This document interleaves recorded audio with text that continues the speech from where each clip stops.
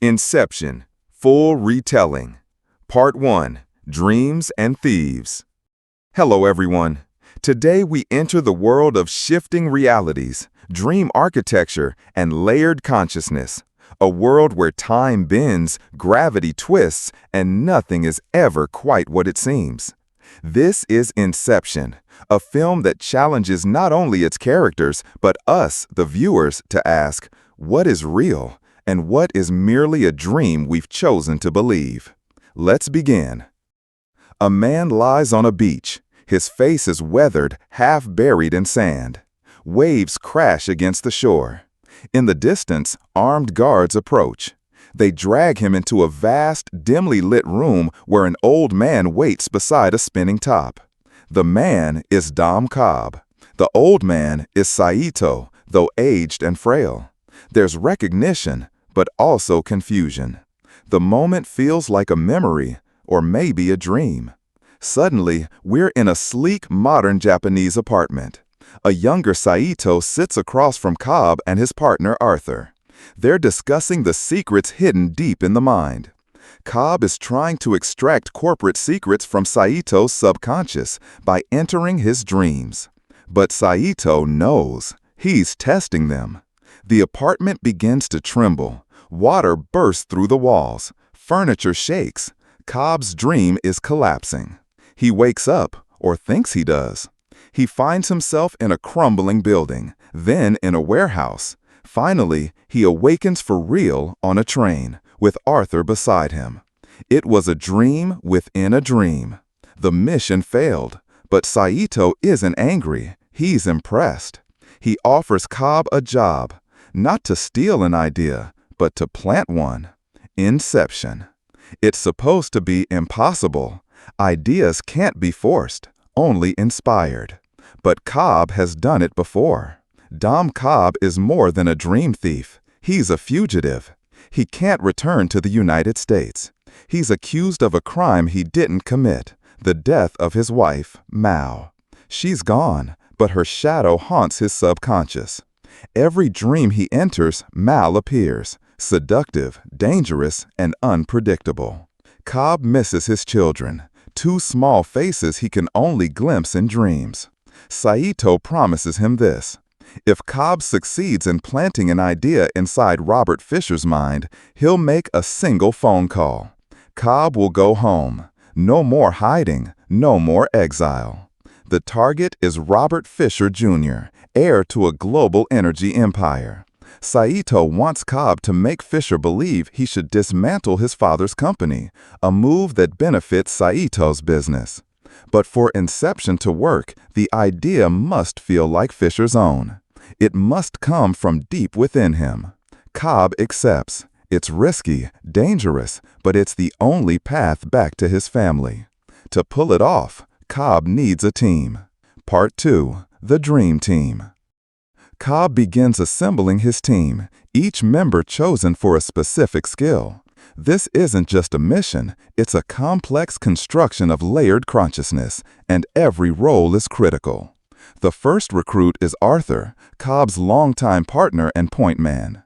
Arthur handles logistics, keeps the layers synchronized, and ensures the dream doesn't unravel. He's calm, smart, and detail-obsessed. But even he's unsure if Inception is truly possible.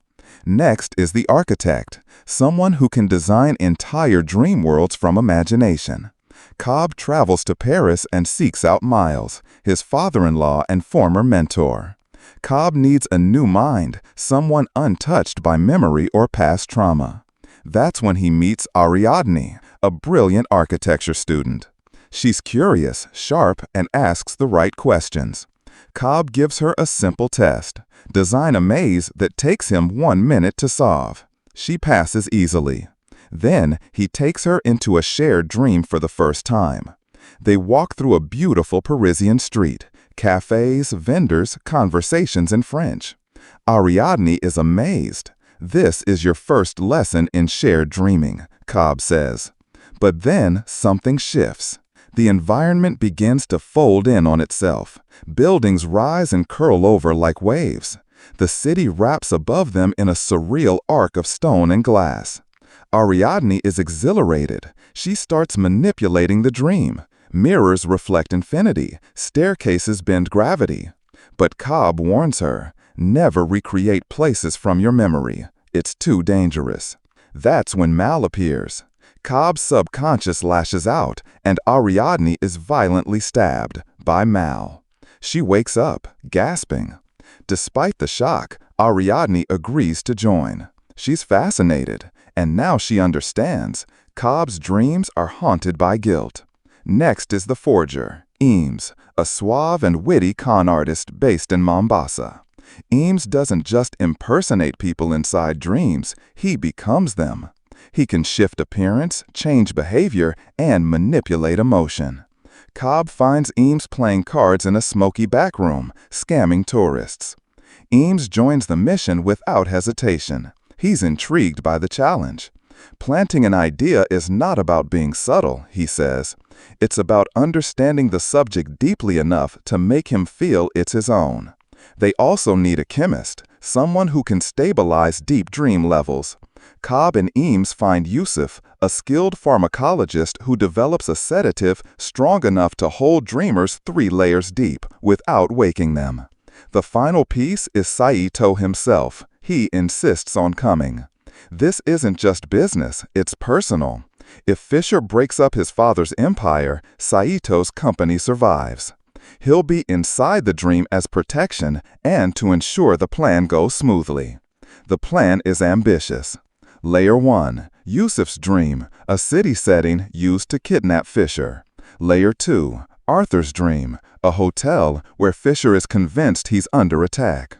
Layer 3. Eames' dream, a snowy fortress where the idea is planted. All layers must synchronize with a kick, a sudden fall or jolt to wake up through each layer. But under the sedative, time stretches. 5 minutes in reality becomes an hour in Layer 1, a day in Layer 2, and a week or more in Layer 3. But there's a risk. If they die under sedation, they don't wake up. They fall into limbo, raw, unconstructed dream space where time is infinite and identity dissolves. Cobb has been there before. He and Mal spent what felt like decades trapped in limbo. They built entire cities, but when they woke up, she didn't come back with him fully. He planted an idea in her mind to help her wake up. You're still dreaming. That idea grew and followed her into reality.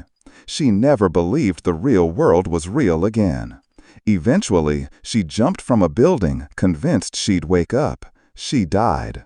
Cobb was blamed, and he fled, leaving behind his children.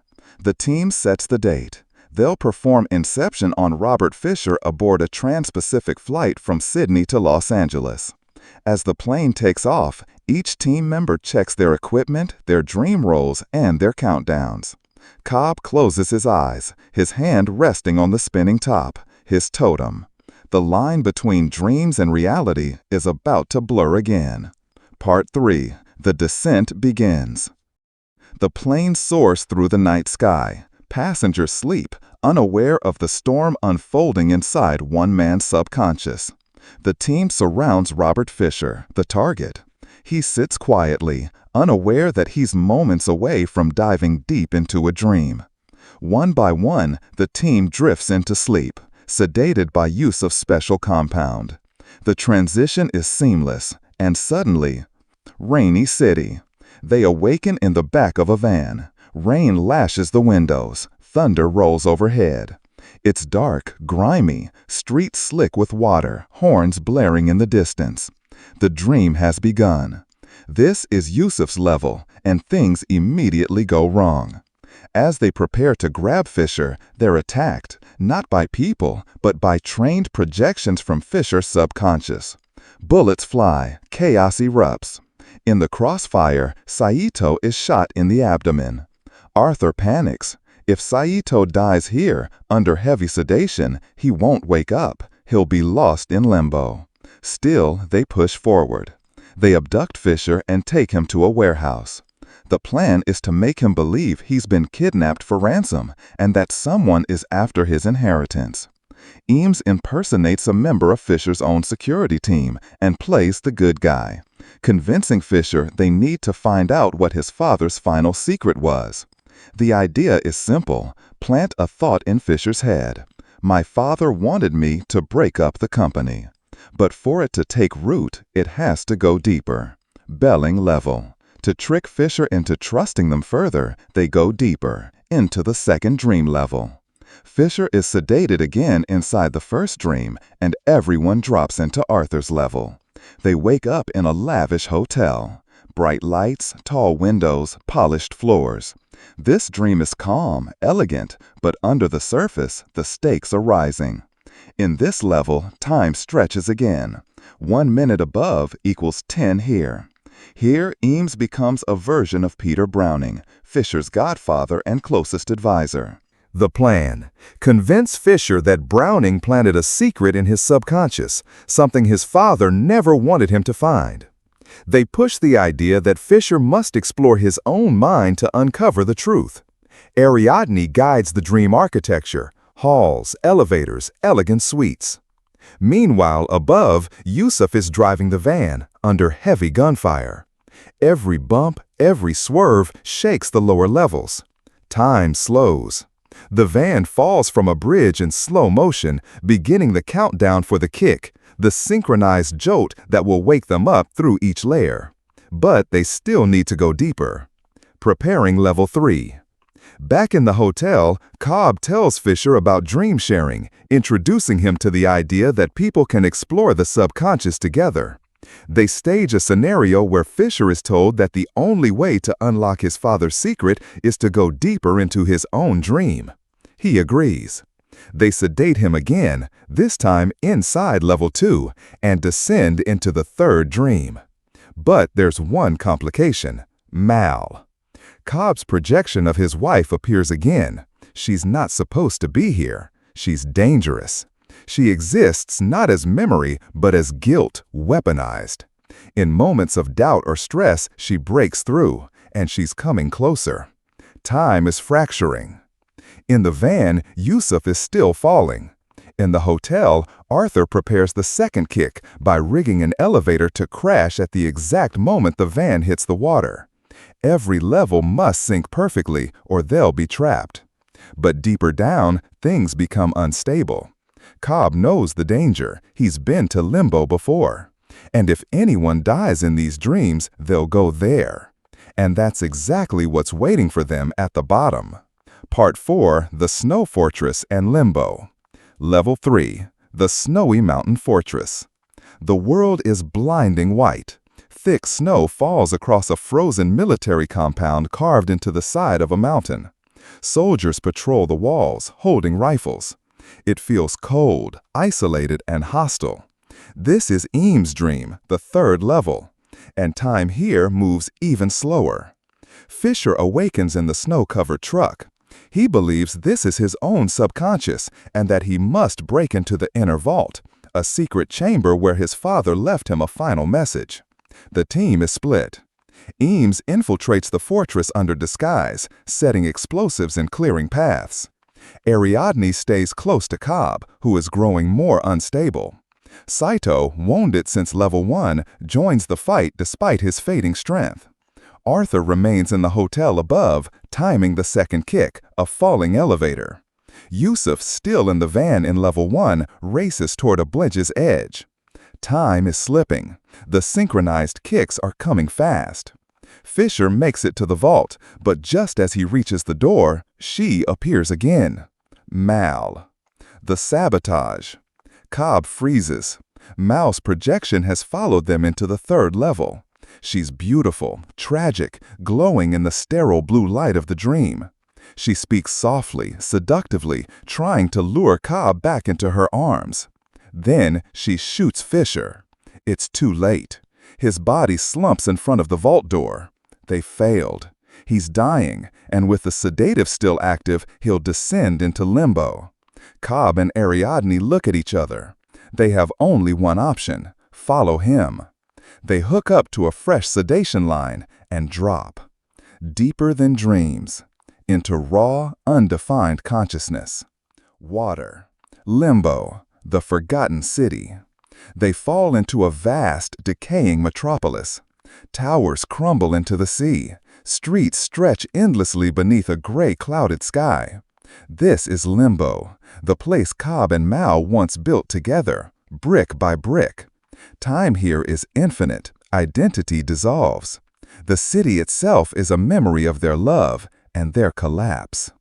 Cobb and Ariadne find Fischer, held captive by Mao in an abandoned penthouse. She's seated in shadow, speaking gently, trying to keep him from leaving. Cobb approaches. This isn't just about the mission anymore. It's about letting go. He kneels beside Mao and finally admits the truth. She isn't real. She's a projection. He clung to guilt for planting the idea in her mind, but now he knows he has to forgive himself. Mao smiles sadly. She lets go, and then she fades. Ariadne kicks Fischer from the balcony, back into the third level, where he'll reach the vault. There he opens the door and finds a memory. A dying father whispering, "I'm disappointed, you tried to be me." And an old will leaving him a paper pinwheel, a child's toy. Fischer weeps.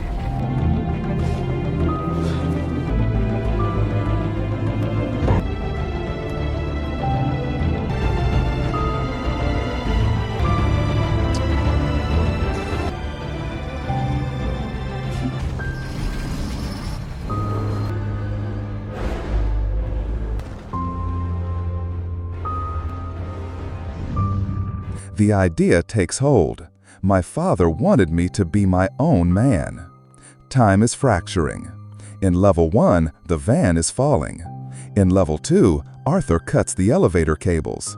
In level 3, explosives detonate. In Limbo, Ariadne jumps, waking layer by layer. But Cobb stays. He must find Saito, who died from his wounds and is now lost in the deepest part of Limbo. The end of the dream.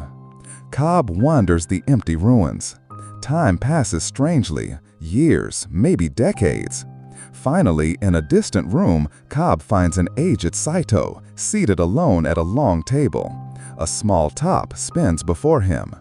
They look at each other. Cobb reaches forward and says only, "Come back. Come back so we can be young men again."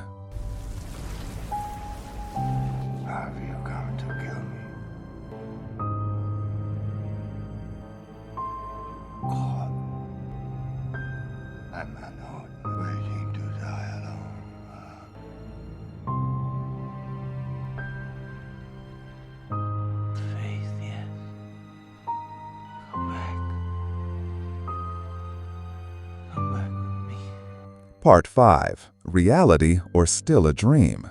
Silence. Then a sharp breath. Eyes open. Cobb awakens.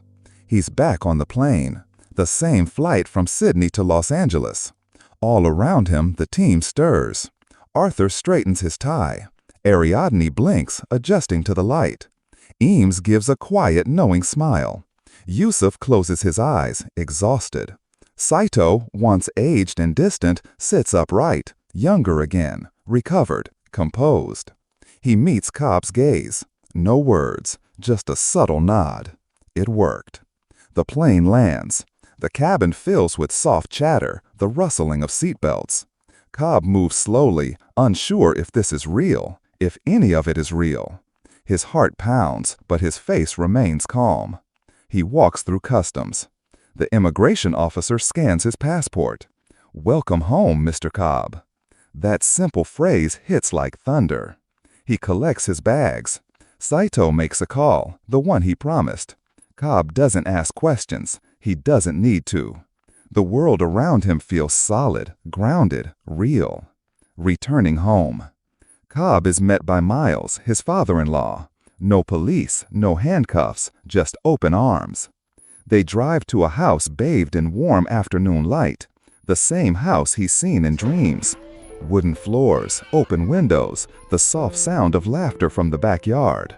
Cobb enters. He sets his bag down, walks to the kitchen counter, and places a small brass top on the table. His totem. the object he uses to test if he's dreaming. If it spins forever, he's still in a dream. If it falls, he's awake. He gives it a spin. Then, just beyond the doorway, two small figures appear, his children. Exactly as he remembered them, but now they turn. He sees their faces. For the first time in what feels like eternity. He rushes to them, falls to his knees, smiles, breathes.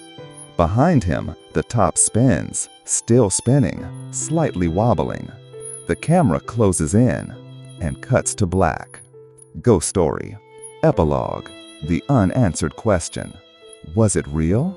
Was Cobb truly awake, reunited with his children at last? Or was it just another layer of the dream, one final fantasy he chose to live inside? Christopher Nolan never tells us, and that's the beauty of Inception. Because sometimes the idea of reality is more powerful than reality itself. Outro. And that was Inception. A dazzling journey through dreams, memory, and the architecture of the mind, all wrapped around a father's desperate longing to return home. It's a film that doesn't just entertain, it lingers in your thoughts, asks questions you didn't know you had, and invites you to look deeper into your own reality. Thank you so much for listening. If this story stirred your imagination, like the video and subscribe to the channel. There are many more cinematic journeys to explore ahead.